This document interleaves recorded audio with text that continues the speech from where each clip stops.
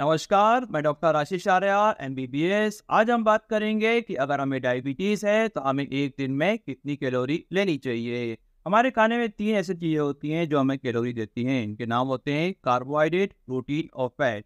Carbohydrate से हमें करीबन 60 से 70% कैलोरी चाहिए होती है, प्रोटीन से 10 से 15% और फैट से 20 से 25% अगर हम शाकाहारी हैं तो।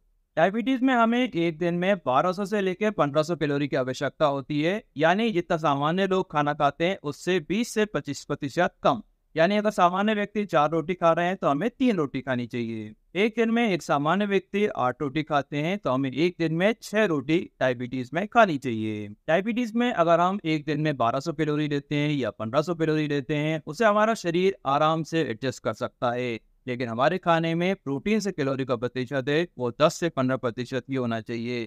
अगर प्रोटीन से कैलोरी का प्रतिशत 10% से नीचे होने लगता है तो हमें प्रोटीन भी कम मिलेगा, मिनरल्स और विटामिन भी कम मिलेंगे और साथ खाने में ग्लाइसेमिक इंडेक्स भी बढ़ जाएगा। तो हमें यह बात ध्यान रखना है, हमारे खाने में प्रोटीन से कैलोरी का प्रतिशत 10 से 15% होना चाहिए और खाने की मात्रा सामान्य लोगों से 20 से 25% कम होना चाहिए। Thank you.